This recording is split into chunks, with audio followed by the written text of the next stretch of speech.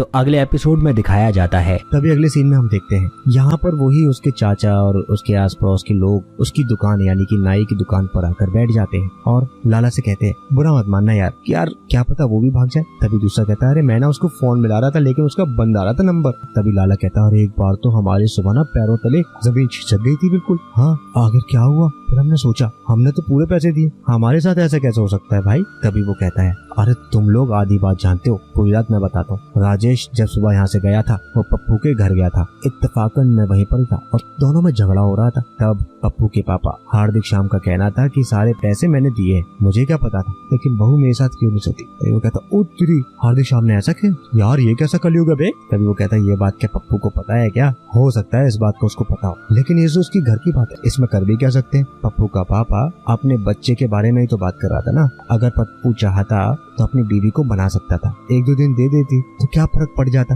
घर की इसकी बात ही हो जाती। तभी लाला कहता अरे कैसी बातें कर रहे हो, ऐसा कैसे हो सकता है, तुम भी कुछ भी बोल रहे हो यार हैं। तभी वो कहता है अब तो उसकी घरवाली भाग गई, उसके पास है क्या है, अब तो उसकी दूसरी शादी भी नहीं हो सकती, अब टाइम रहते हुए उसने घरवाली बात कर लेता, टाइम रहते तो कुछ हो सकता था, कम से कम उसकी घरवाली उसके पास तो रहती। तभी तीसरा बोलता है अब तो उसके पास कुछ बचा भी नहीं है। तभी लाला कहता है क्या लगता है ये काम राजेश ने करवाया होगा क्या? तभी वो सोचने लग जाता है और सब लोग सोचने लग जाते हैं। तभी वो उसका चाचा कहता है और कौन सोच सकता है, हद से ज्यादा तो पप्पू जान सकता है इस बात को, वो ही बता सकता है हमको। यहाँ हम गांव का सीन देखते हैं, यहाँ पर हम देखते हैं कि यहाँ पर वो लाला के घर आ जाता है उसका चाचा और उसके बाद देता है लाला ओ लाला लाला।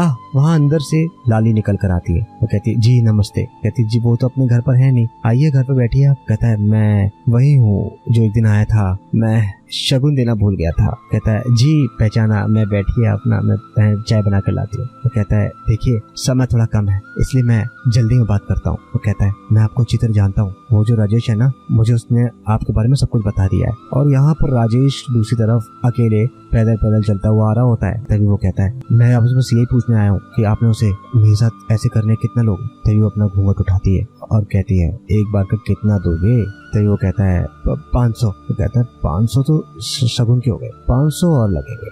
उसका चाचा कहता है हाँ एक सेकंड ये लीजिए, ठीक है आप तो चले हाँ चलते हैं अंदर। यहाँ वो उसका चाचा वो भी उसके साथ अंदर चला जाता है और यहाँ उसके साथ उस दोनों के बीच में रोमांस शुरू हो जाता है। यहाँ हम देखते हैं उसका चाचा और लाला की पत्नी के बीच में रोमांस स्टार्ट हो जाता है। वहाँ दूसरी तरफ लाला धीरे धीरे सोच में चलता हुआ आ रहा होता है और सोच रहा होता है कि आखिरकार क्या हो सकता है उसके साथ। वो अपना फोन उठाता है और फोन पर किसी से बातें करता है। कहता है हाँ हेलो पप्पू, यार सुबह बात का पता चला, बहुत दुख हुआ यार, तुमसे बात करना चाहते थे भाई, कहाँ मिलोगे तुम? वो कहता है ठीक है। अच्छा पप्पू सुन, दारू पीगा क्या? हाँ चल ठीक है लाते हम हैं। और वहाँ उन दोनों के बीच में हम देखते हैं कि रोमांस चल रहा होता है और जैसे उन दोनों के बीच में रोमांस खत्म होता है हम देखते हैं उसका चाचा वहाँ से निकल रहा होता है और वो कहता है हम जाते हैं। तभी वो उसकी बीवी यानी लाला की बीवी कहती है अरे बहुत जोर लगाया था तुमने, थक गए होंगे, शरबत पी लीजिए ना। तो वो कहता है जोर तो बहुत लगा है, अरे शरबत भी जरूर पियेंगे। हाँ और वो शरबत पीता है और वो सुकून से उसको देख रही होती है और वो कहता है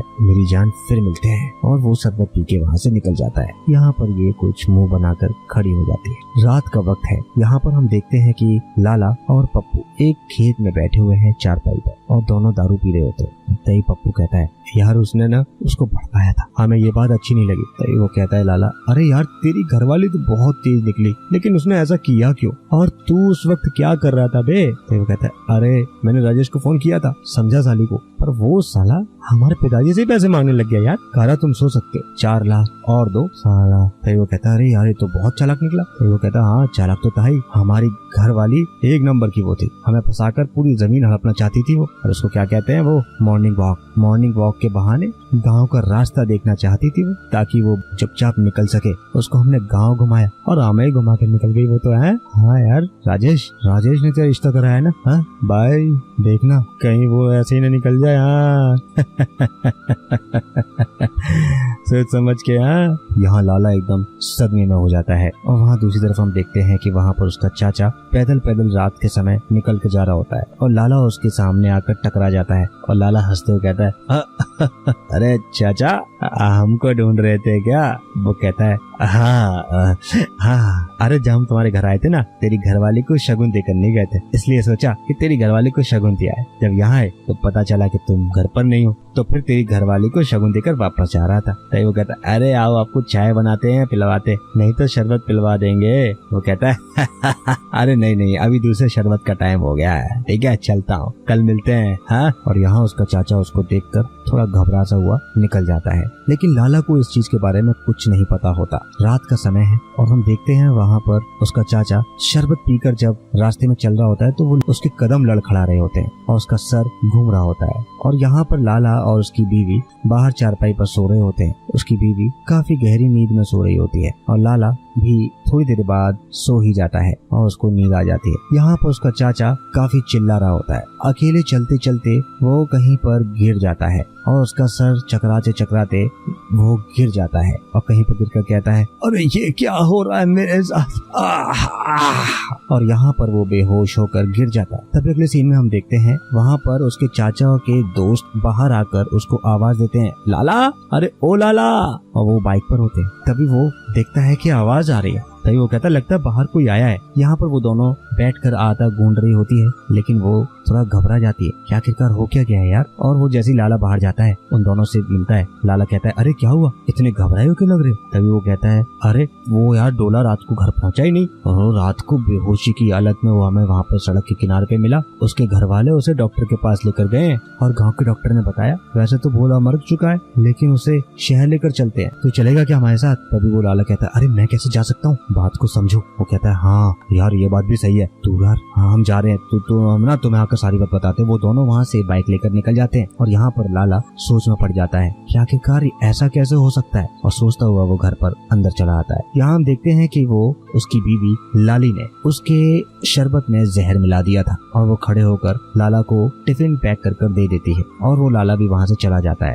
तभी यहाँ पर हम देखते हैं कि एक जीप आकर रुकती है जहाँ पर लाला लोगों की हजामत बनाता है वहाँ पर, और जीप में से एक आदमी उतरकर उसके पास आता है। लाला कहता है बताइए क्या करना है जी? वो कहता है अरे आपने तो कुछ नहीं करना, जो भी करना है हमें करना है। वो कहता है इनको जानते हो क्या? वो किसी और का नहीं बल्कि राजेश का चेहरा उसको दिखाता है फोटो में। वो उसको पास से उसको फोटो उसके हाथ में थमाता है और लाला घबरा जाता है और कहता है यार ये तो राजेश है, मन ही मन सोचता है। और वो कहता है देखो देखो बताओ कौन है ये? और कहता है ये लो पकड़ो पकड़ो। वो कहता है अरे ये तो राजेश भैया है, रिश्ते करवाते हैं, ये तो बिचौलिए हैं। वो कहता है बिचौलिए हैं? बिचौलिए नहीं है, दलाल हैं ये, क्या समझे? और सुना है कि कहीं किसी की शादी करवाई है यहीं कहीं पर। वो कहता है हाँ वो पप्पू की करवाई है ना, और हमारी भी करवाई है। तभी वो कहता है अच्छा।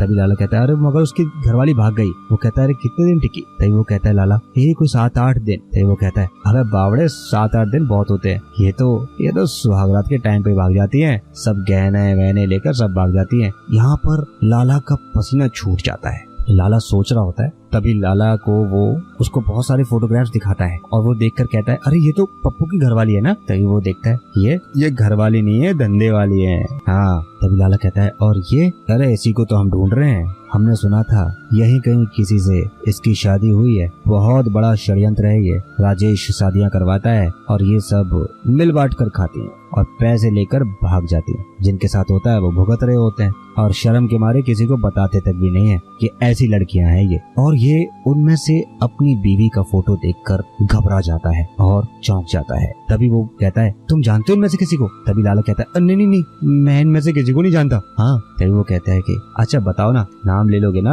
हाँ ठीक है, इनाम दे देंगे तुम्हें। वो अपना काम करने लग जाता है और वो चुपचाप से वहाँ से चला जाता है। लेकिन जाते जाते वो लाला उससे कहता है अरे एक मिनट सुनिए, अगर तुमको ये मिल गई तो तुम क्या करोगे इसका? तभी वो कहता है अगर ये मिल गई, हमारे बड़े भैया इसकी वजह से गले में रस्सा डालकर फांसी में टंग गए थे, बड़े भैया